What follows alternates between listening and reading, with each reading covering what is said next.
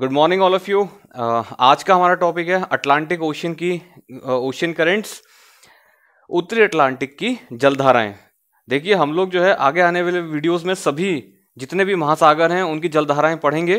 तो पहला महासागर हम उठा रहे हैं ये अटलांटिक महासागर। इसका मैंने उत्तरी भाग लिया है, उत्तरी भाग में चलने वाली जलधाराओं का हम अध्ययन करेंगे। तो शुरू करते हैं।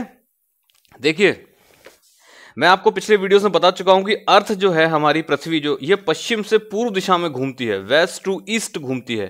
तो इसका नतीजा क्या निकलता है, विषुवत रेखा इक्वेटर वाले क्षेत्रों में जो पानी है वो ईस्ट टू वेस्ट चल पड़ता है स्वतः ही, ऑटोमेटिकली, है ना। ये सभी ओशियंस में आप देखने को मिलेगा ये फिनोमिना आपको। तो हम लोग शुरुआत यहीं से करते हैं। देखिए ये मैंने 0 डिग्री बनाया हुआ है, दिस इज द इक्वेटर, है ना। ये ट्रॉपिक ऑफ कैंसर, ये कर्क रेखा है आपकी। तो उत्तर वाला जो है लिया है अभी मैंने। देखें मैं गर्म जलधारा को लाल से बनाऊंगा। देखिए ये इक्वेटर का जो पानी है ये पश्चिम दिशा में चल पड़ता है, पूर्व से पश्चिम दिशा में। ऐसे ही नीचे भी, ये एक्चुअली बन नहीं पाया मेरे से, थोड़ा सा नीचे वाला जो सदर्न ओशियन है वो नहीं आ पाया। चलिए ये जो पूरा अपना इक्वेटर है, इक्वेटर से लगभग यूं मानिए कि लगभग 15 डिग्री ऊपर तक, और नीचे भी, नीचे थोड़ा ज्यादा है 20 डिग्री तक, ये जो पूरा इतना पानी है ये चल पड़ता है पश्चिम की तरफ, पूर्व से पश्चिम। ठीक है, तो इक्वेटर के ऊपर वाले हिस्से को मैं क्या बोल रहा हूं, उत्तरी विषुवत धारा। इंग्लिश में इसको बोलते हैं नॉर्थ इक्वेटोरियल करंट, NEC बोलता हूं मैं इसको। ठीक है, अब ये क्या हो रहा है, पूर्व से पश्चिम जा रहा है। ये यहां पे आप देखेंगे ये बहता हुआ जा रहा है। ये यहां पे क्या होगा, ये कौन से द्वीप समूह हैं, ये देखिए ये पूरा वेस्ट इंडीज है आपका, बहामास, ग्रेटर एंटलीस, लेसर एंटलीस। ये जो लेसर एंटलीस है यहां पे ये 2 भागों में बढ़ जाता है। थोड़ा सा पानी जो है जाएगा उत्तर दिशा में चला जाता है, और बाकी का पानी चला जाता है, ये कैरेबियन सागर है इसमें एंटर कर जाता है। ठीक है, इसको मैं बोलता हूं एंटलीस धारा, एंटलीस करंट। और ये क्योंकि कैरेबियन सागर में से होकर बह रही है तो इसको मैं बोलता हूं कैरेबियन, अब ये हिंदी इंग्लिश मिक्स हो गया, कैरेबियन धारा। क्यों, क्योंकि कैरेबियन सागर से होकर बह रही है। पता है ना आपको, ये जो आपका ग्रेटर एंटलीस और लेसर एंटलीस के इधर जो पानी है पूरा ये कैरेबियन ओशियन कहलाता है। ये जो है पानी आपका, अब ये यहां से युकातन स्ट्रेट होता हुआ, ये पेनिनसुला क्या है, ये युकातन पेनिनसुला है। तो यहीं से जो है इसको युकातन जल संधि बोलते हैं। यहां से होता हुआ ये पानी किस में एंटर कर जाता है, ये पूरी जो खाड़ी है इसको आप बोलते हो मैक्सिकन गल्फ, मैक्सिको की खाड़ी। तो ये मैक्सिको की खाड़ी में पानी एंटर कर चुका है। ठीक है, यहां से ये बाहर भी निकलेगा ऑब्वियसली, इसे आप बोलते हो फ्लोरिडा करंट, क्योंकि ये जो निकला हुआ पेनिनसुला, ये जो प्रायद्वीप निकला हुआ है ये है फ्लोरिडा। तो इसी के आधार पे इसका नाम दिया मैंने फ्लोरिडा करंट, फ्लोरिडा करंट। देखिए होता क्या है, ये देखो ये तो विषुवत रेखीय क्षेत्रों में बह रहा है, ऑब्वियसली गर्म होगा ये। ठीक है, ये एंटलीस करंट ये भी गर्म होगा, ये भी गर्म होगा, क्योंकि अभी हम लोग 23.5 ट्रॉपिक ऑफ कैंसर के नीचे हैं, ये सभी गर्म है जलधाराएं। यहां देखो यहाँ कुछ एक्स्ट्रा काम हो रहा है। ये जो मैक्सिकन गल्फ है इसकी जो एंट्री और एग्जिट कह लो जो भी, ये काफी सक्रिय है। ये बहुत बड़ी वाटर बॉडी है लेकिन इसकी जो एग्जिट है वो बहुत सकरा है। तो इस वजह से यहाँ पानी इकट्ठा होता रहता है और जबरदस्त सिकाई होती रहती है। आप देख रहे हो कि कितने डिग्री पे है, 23.5। यहाँ पे ये हाई प्रेशर बेल्ट बनता है यहाँ पे। इस वजह से क्या होता है जो है, खैर हाई प्रेशर भूल जाओ, फालतू में इसमें ऐड नहीं करेंगे। यहां पे क्या बनता है कि जो एंटी साइक्लोनिक कंडीशंस, या मैं क्या बोलूं, आकाश यहाँ पे साफ रहता है क्योंकि हवाएं यहाँ नीचे सिंक कर रही होती है ना, तो हाई प्रेशर बेल्ट वाले क्षेत्र में तो यहाँ पे धूप सीधी पहुंचती है 23.5 वाले पूरे क्षेत्र में। ये मैंने एटमॉस्फेयर में पढ़ाया था सभी को। तो इस वजह से यहाँ पे कुछ ज्यादा ही हीटिंग होती है, एक्स्ट्रा हीटिंग। हालांकि इक्वेटर से बहुत दूर है ये, फिर भी इक्वेटर से ज्यादा वाष्पीकरण होता है यहाँ पे, क्योंकि यहाँ पे जो है बादलों का निर्माण नहीं होता है, आकाश एकदम स्वच्छ रहता है, सीधी धूप जाती है, बढ़िया सिकाई होती है यहाँ पे। तो यहाँ पानी काफी गर्म हो जाता है फ्लोरिडा करंट का। ये गर्मा गर्म पानी ये बाहर निकला, यहाँ पे आके ये एंटलीस करंट जाके इसमें मर्ज हो गई। ठीक है, ये थोड़ा सा ऊपर जाके मर्ज होगी, केप हैट्रस है यहाँ पे, वहां जाके ये, हाथरस नहीं है, मथुरा वाला, ये केप हैट्रस है, वहां जाके ये सब मिक्स हो जाता है पानी, और यहां से स्टार्ट होती है हमारी गल्फ स्ट्रीम। गल्फ स्ट्रीम, ठीक है, ये गल्फ जलधारा है, गल्फ स्ट्रीम इसको बोलते हैं। ये सभी गर्म हैं, आप देख ही रहे होगे। चलो मैं और ट्रिक बता दूंगा कैसे याद रखना है। देखो यहाँ ये है आपका न्यू फाउंडलैंड, थोड़ा सा ऊपर बन गया है ये न्यू फाउंडलैंड, जो है बे ऑफ बिस्के के थोड़ा सामने बनना था, लेकिन चलिए वो उसको ऊपर बने रहने देते हैं। यहाँ पे जाके अब ये क्या, देखो ये हाई प्रेशर था ना इतना पूरा, इसके ऊपर पछुआ पवनें चलती हैं, वेस्टर्ली विंड्स है ना, तो westerly wind west to east चलती हैं, तो ये इस पानी को यहाँ घसीट रही हैं, तो फाइनली ये पानी यहाँ मुड़ना स्टार्ट होगा, है ना। इसको क्या बोलोगे, उत्तरी Atlantic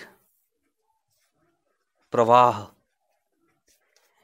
north Atlantic drift, NAD, ठीक है। इसके बाद अब क्या हो रहा है यहाँ पे, ये जो जलधारा है नॉर्थ अटलांटिक ड्रिफ्ट, ये कुछ भागों में बट रही है। एक जाएगी आइसलैंड को नहलाती हुई उसके पूर्वी तटों पे, एक जाएगी नॉर्वे की तरफ, ये रहा आपका नॉर्वे है ना, एक जाएगी नॉर्वे की तरफ, नॉर्वे के तटों को नहला देगी पूरा। एक जाएगी, ये है बिस्के की खाड़ी, ये पूरा फ्रांस है, ये नीचे स्पेन है ये पूरा, है ना। एक जाएगी बिस्के की खाड़ी में, हाँ ये कैसे बना दिया, ठीक है। बचा हुआ पानी चलेगा नीचे, ओहो ये मुझे रेड कलर से नहीं बनाना चाहिए था, बचा हुआ पानी चलेगा नीचे। देखो इसको आप बोलते हो इरमिंगर करंट, आई बिलीव दिख रहा होगा सब कुछ साफ साफ, इसको आप बोलते हो इरमिंगर करंट, इरमिंगर करंट, ठीक है। ये आइसलैंड के पूर्वी तटों पे बह रही है, ये नॉर्वे के तटों की तरफ जा रही है, इसको आप बोलते हो नॉर्वेजियन करंट, नॉर्वेजियन करंट। ये इधर आ रही है बे ऑफ बिस्के, ये बिस्के की खाड़ी है पूरा ये पानी, तो इसको आप बोलते हो रैनल करंट, रैनल धारा। बचा हुआ पानी नीचे की तरफ आ रहा है, दक्षिण दिशा में घूम गया है, इसको आप बोलते हो कैनेरी, कैनेरी धारा। क्यों बोलते हो उसको कैनेरी धारा, क्योंकि यहां पे आप देखोगे कुछ द्वीप समूह हैं स्पेन के जिनका नाम है कैनेरी, तो उसी के आधार पर इसका नाम कैनेरी जलधारा कर दिया गया है। बाय द वे यहीं पे एक और आपको द्वीप समूह मिल जाएंगे, केप वर्ड द्वीप, इसकी स्पेलिंग रहती है VERDE, केप वर्डे, है ना। तो ये कैनरी द्वीप समूह के आधार पर ही इसका नाम कैनरी करंट रख दिया है, और ये यहाँ पे आके फिर से मिक्स हो गई किसमें, NEC में। तो ये मैंने क्या बनाया आप देख रहे हैं, ये पूरा एक चक्र बना दिया इन्होंने, इसे आप क्या बोलते हो, जायर, है ना। ये अपने दाहिने हाथ में मुड़ रहा है, बिल्कुल क्लॉकवाइज दिशा में पूरा घूम रहा है ना। देखो अब इसमें मैं आपको बता देता हूँ ट्रिक, आपको कैसे याद रखनी है कौन सी करंट ठंडी है कौन सी गर्म। देखो शुरू में मैंने बताया था, जो जलधारा विषुवत रेखा से ध्रुवों की ओर उसका दिशा हो, इसकी दिशा कैसे, इक्वेटर से पोल्स की तरफ चल रही हो, उसे आप गर्म बोलोगे, आंख बंद करके गर्म लगा देना। देखो एंटलीज, इसकी डायरेक्शन इक्वेटर से पोलवर्ड है, कैरेबियन लगभग पोलवर्ड है ना, ये या फिर इक्वेटोरियल रीजन में बह रही हो, है ना, तो ये सभी गर्म है। गल्फ देखो इक्वेटर से पोलवर्ड डायरेक्शन है इसका, तो ये भी गर्म है, ठीक है। इरमिंगर गर्म है, नॉर्वेजियन गर्म है। चलो इन तीनों के थोड़ा बाद में डिस्कस करूंगा मैं।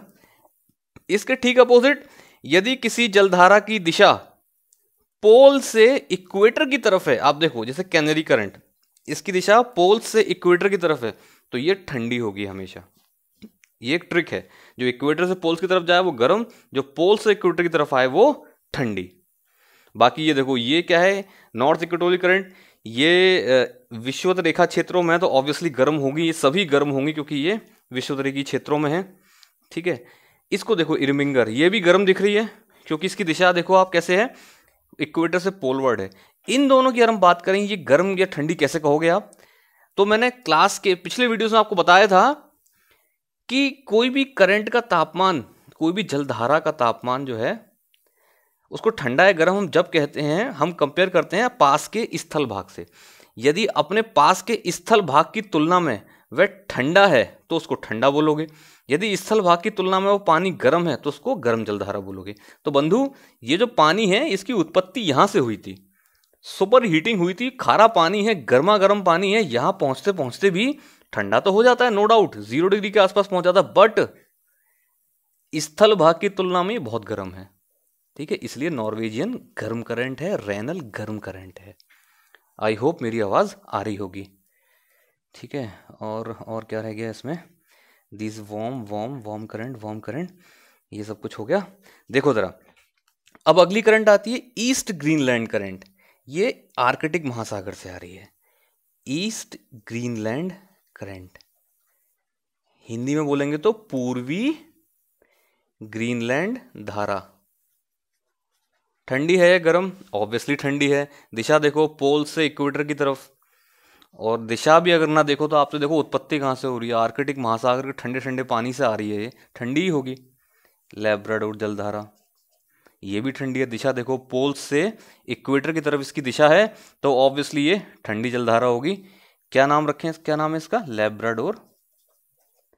लैब्राडोर धारा। ठीक है, ये कौन सी जल संधि है? इसको हम बोलते हैं डेविस जल संधि, दुनिया की सबसे चौड़ी जल संधि, सबसे चौड़ी स्ट्रेट। ठीक, ध्यान दें, ये लैब्राडोर ठंडी है, ये गल्फ स्ट्रीम गर्म है, ये दोनों का मिलन होता है यहाँ न्यू फाउंडलैंड, ये जो द्वीप है इसको न्यू फाउंडलैंड द्वीप बोलते हैं। यहाँ पे जो है देखिए, हमेशा जब भी ठंडी और गर्म जलधारा मिलेगी, इनके मिलने से प्राकृतिक मत्स्य उत्पादन केंद्र बनते हैं। ठीक है, नेचुरल फिशरीज बेड बनते हैं। क्यों? क्योंकि ठंडी जलधाराएं होती हैं, ये अपने साथ प्लैंकटन्स लाती हैं, या यूं कहो मछलियों के लिए पोषक तत्व लाती हैं। ठीक है, तो यहाँ गर्म जलधारा मिलने पर मछलियों के लिए उपयुक्त तापमान बनता है, मछलियां यहाँ पे जो है काफी सारी मात्रा में पाई जाती हैं। ठीक, तो जब भी गर्म और ठंडी जलधारा बनेंगी, वहां पे क्या मिलेंगी, वहां क्या होगा, वहां प्राकृतिक मत्स्य उत्पादन केंद्र बनेंगे। ठीक है, आई बिलीव ये दुनिया का दूसरा सबसे बड़ा प्राकृतिक मत्स्य उत्पादन केंद्र है, ग्रांड बैंक बोलते हैं इसको, ग्रांड बैंक, न्यू फाउंडलैंड के आगे है।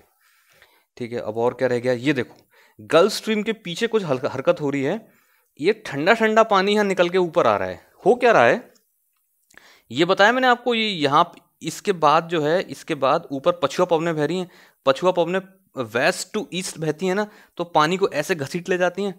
तो यहाँ से जब पानी को हटाएंगी तो नीचे का ठंडा पानी ऊपर जो है निकल के बाहर आ जाएगा, अपवेलिंग बोलते हैं इसको।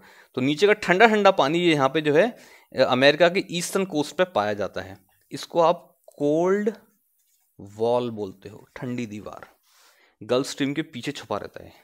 ठीक है, और इसमें क्या रह गया, अब पॉज करके आप इसका स्क्रीनशॉट ले लेना। एक चीज इसमें और रहेगी, ये पूरा जायर बन रहा है, इस जायर में एक जो है इसकी वजह से एक चीज होती है, यहाँ पे सरगासो सागर बनता है। सरगासो सागर क्या है, इतने ये मैक्सिको की खाड़ी के सामने, फ्लोरिडा के सामने, यहाँ पे जो है इतने इतने पानी को आप सरगासो सागर बोलते हो। सरगासो सागर क्या है, इसमें कोई भी फ्रेश वाटर मिक्स नहीं हो पाता है, तो इसकी सैलिनिटी सभी प्रकार के ओशियन में सबसे ज्यादा है, इस समुद्र की सैलिनिटी। ठीक है, हाईएस्ट सैलिनिटी है, लवणता, खारापन ज्यादा होने की वजह से इसको समुद्री रेगिस्तान भी बोलते हैं अपन लोग। ठीक है, ये क्यों, ये खारा क्यों है, क्योंकि इसमें जो है कोई भी फ्रेश वाटर की एंट्री नहीं हो पाती है, पानी ऐसे से घूमता रहता है, यहाँ कुछ एंट्री नहीं होती है। और यहाँ आप देख रहे हो ये ट्रॉपिक ऑफ कैंसर निकल रहा है ना, ये तो यहाँ पे हीटिंग भी काफी ज्यादा हो रही है, इवेपोरेशन भी बहुत ज्यादा हो रहा है यहाँ पे, है ना। इवेपोरेशन की वजह से यहाँ पे लवणता जो है लगातार बढ़ती ही रहती है। ठीक, सरगासो सागर नाम क्यों दिया गया, यहाँ पे कुछ घास पाई जाती है जिसको सरगासम घास बोलते हैं। ठीक है, जिसके आधार पे जो है इसको सरगासो सागर कहा जाता है, समुद्र का रेगिस्तान। आई होप मेरी आवाज आ रही होगी। और क्या रह गया इसमें, चलिए ठीक है, तो मिलते हैं नेक्स्ट वीडियो में। आई होप ये आपको सब कुछ समझ में आया होगा। कमेंट करना कुछ जो समझ में नहीं आया। Thank you.